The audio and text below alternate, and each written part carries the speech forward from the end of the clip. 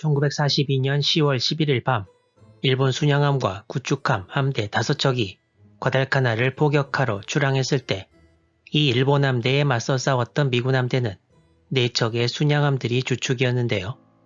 중순양함 2척이 샌프란시스코와 솔트레이크 시티였고 아래쪽에 있는 보이시와 헬레나는 경순양함이었습니다.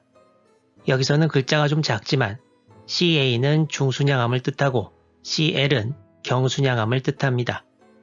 일단 1930년 런던 해군 군축 조약은 순양함을 경순양함과 중순양함의 두 종류로 나누었고 전부 기준 배수량 1만 톤 이하의 중순양함은 8인치 203mm 포까지 장착 가능했습니다.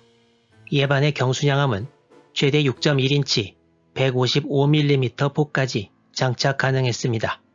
따라서 중순양함과 경순양함은 주로 탑재한 주포의 크기로 구별되었던 것인데요. 시간이 흐르면서 경우에 따라 특히 태평양 전쟁이 가까워지면서 취역한 경순양함은 만재 배수량으로 따질 때 이전 세대의 중순양함보다 더 큰 경우도 종종 있었습니다. 에스페란스고 대전에 참가한 이 4척의 순양함들은 1941년 12월 진주만 기습에 대해 각각 다른 기억을 가지고 있었습니다.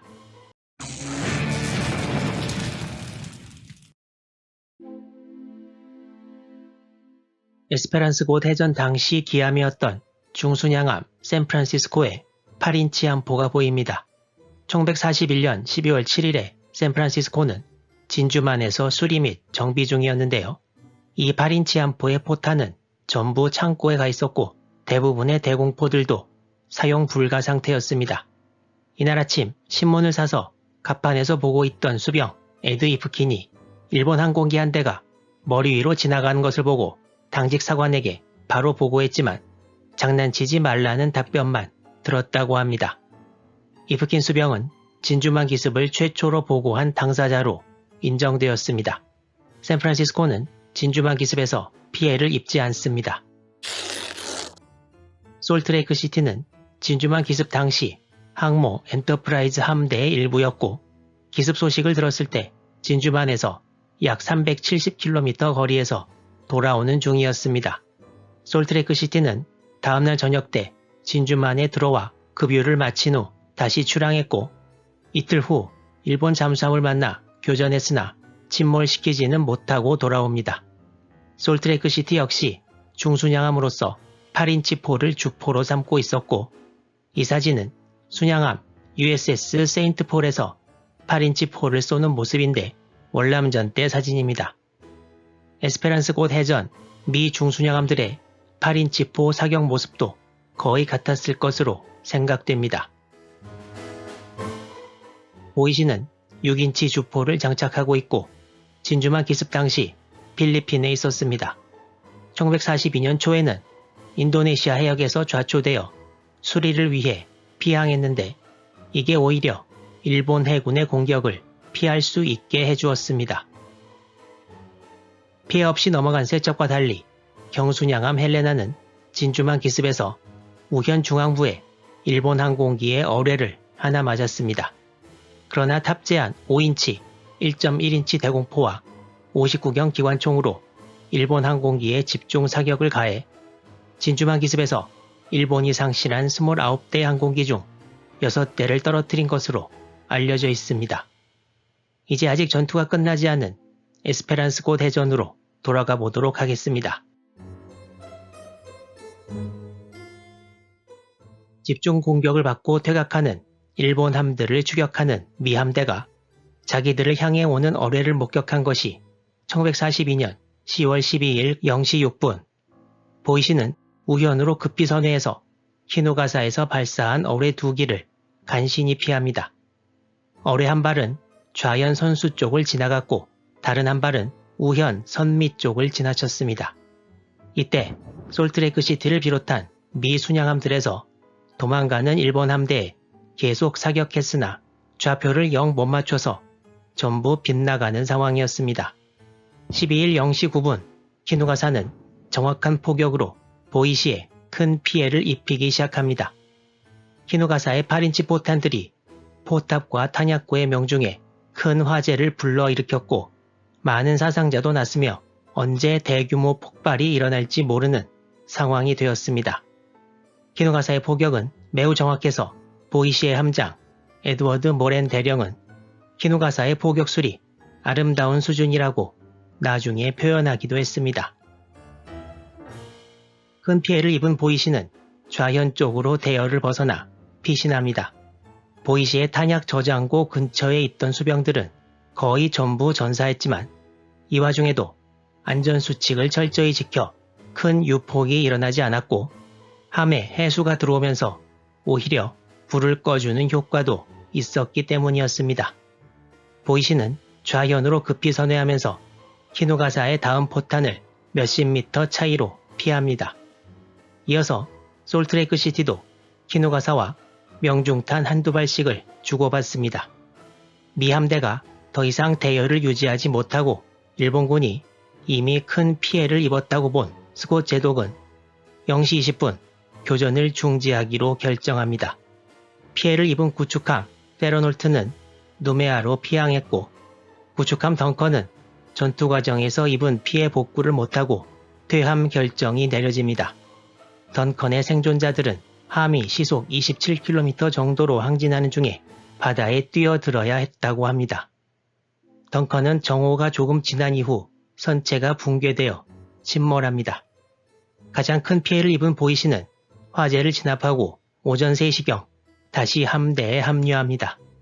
패전 후 북서쪽으로 퇴각하는 일본 함대는 어떻게 되었을까요? 고토 제독의 함대의 고난은 아직 끝나지 않았습니다. 기동이 가능했던 아오바와 달리 후르타카는 0시 40분경 항행 불능이 되고 말았습니다. 아오바는 트루크 기지까지 돌아가는 데 성공했지만 후르타카가 항행 불능이 된 것은 처음엔 상부 구조물만 피해를 입었지만 전투 중 미 구축함 뷰캐넌에서 마크 15 어뢰 5발을 발사했고 그중 한 발이 후르타카에 명중한 것이 컸습니다. 후르타카는 10월 12일 오전 2시 30분경 과달카날 북서쪽 약 20km 해상에서 침몰했습니다. 후르타카는 후부키에 이어 에스페란스고 대전에서 침몰한 두 번째 일본 군함이 되었습니다. 이때 일본 구축함 하치유키는 후르타카의 생존자들 구조에 많은 수를 태우고 있었는데요. 이미 과달카날에 물자와 병력 양육을 마친 일본 수송부대가 돌아가면서 구축함 시라유키와 무라쿠모에게 후르타카의 남은 생존자를 구조하도록 합니다. 그리고 구조가 끝난 후 두 구축함이 다시 일본군 기지로 향하게 됩니다. 이 와중에 오전 8시경 일본 함대를 이끌었던 고토 아리토모 제독이 전사했습니다. 내용이 약간 다른 기록도 있지만 아오바가 초탄을 맞았을 때 폭발하지 않은 포탄이 함교를 헤집고 다니면서 이때 양쪽 발이 절단되는 부상을 입었고 지혈이 충분히 이루어지지 않아 과다출혈로 전사했습니다. 고토 소장은 죽기 직전에도 바카타레, 즉 바보 자식들이라는 말을 했다고 하며 이는 그가 끝까지 일본 함대가 아군의 오인 사격을 당했다고 믿고 있었다는 것을 말해줍니다. 고토 소장이 절명할 즈음 생존자를 구조한 일본 구축함 두 척도 기지로 향하고 있었는데요. 구조 작업으로 시간이 지체되었고 과달카날에서 멀리 못 간 상태에서 이미 날이 밝아서 과달카날의 미군 항공기들이 출격할 수 있게 되었고 미군 전투기와 폭격기들은 벌써 이륙한 상태였습니다. 고토 제독이 전사한 12일 오전 8시경 과달카날 핸더슨 비행장에서는 퇴각하는 일본 함대를 노리는 돈틀리스 폭격기 7대와 어벤저 내격기 6대 그리고 이를 호위하는 와일드캣 전투기 14대가 출격합니다. 부지런한 미군 항공대는 오전 8시 출격이 두 번째 출격이었고 첫 번째 공격에서 피해를 입은 무라쿠모에서 새는 기름 흔적을 따라갑니다. 과달카날에서 약 270km 떨어진 지점에서 구축함 무라쿠모를 발견한 미 항공대는 어벤져 뇌격기 한 대가 무라쿠모의 좌현에 어뢰를 명중시키고 기관실을 파괴합니다. 무라쿠모는 기동불능이 되었고 자기 자신마저도 구조를 기다려야 할 형편이 되었습니다. 그리고 오전 10시경 아오바, 키누가사, 하치유키가 쇼틀랜드의 일본군 기지에 도착했습니다. 이제 무라쿠모 생존자를 구하기 위해 구축함 아사구모와 나츠구모가 옵니다. 그렇지만 오후 3시 45분 나츠구모도 돈틀리스 폭격기에 폭탄을 맞고 침몰합니다. 22명이 전사한 무라쿠모의 생존자를 시라유키가 16명이 전사한 나츠구모의 생존자를 아사구모가 구조해 귀환합니다. 무라쿠모는 시라유키의 어뢰로 자침됩니다.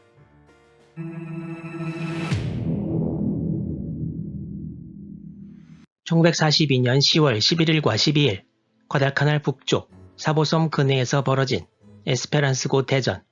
미국 측에는 배틀 오브 케이프 에스페란스로 알려져 있고 일본 측에서는 사보섬 해해전으로 부르고 있습니다.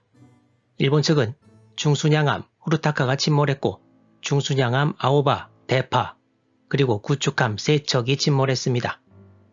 일본 해군은 전사 454명의 후부키의 생존자들이 하루 동안 미군 구조를 거절한 끝에 다음날 111명이 포로로 잡혔습니다.